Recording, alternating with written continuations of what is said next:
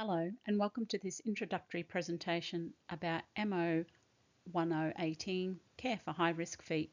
This module focuses on application of your clinical knowledge and skills in podiatry to the rural and remote service settings. You'll examine prevention, self-management, assessment and interventions for individual consumers with complex foot health issues, including wound management. You'll also examine clinical service delivery and management systems in rural settings and strategies to address community service needs.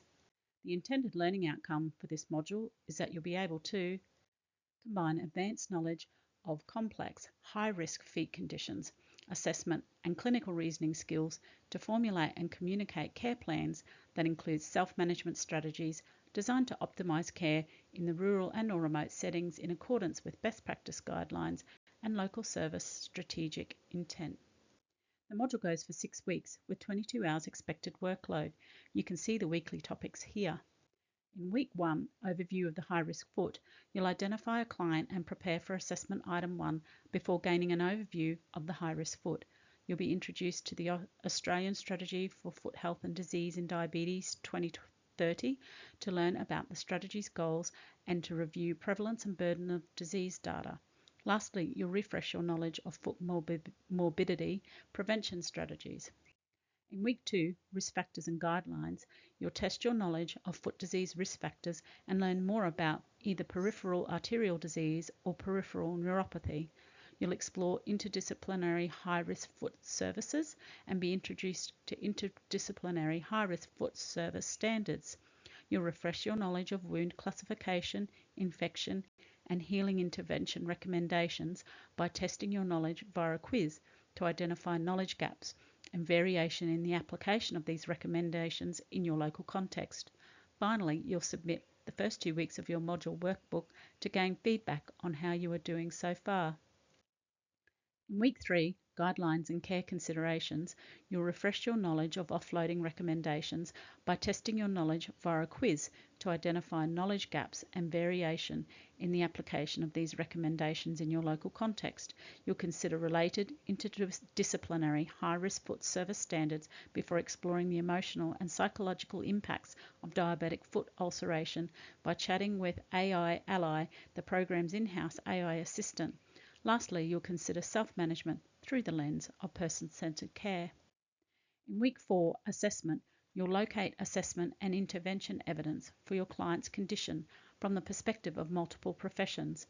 You'll closely review screening and assessment options and make contact with health professionals identified in week 1 to discuss screening and assessment from their professional perspective before preparing for and undertaking an assessment with your client.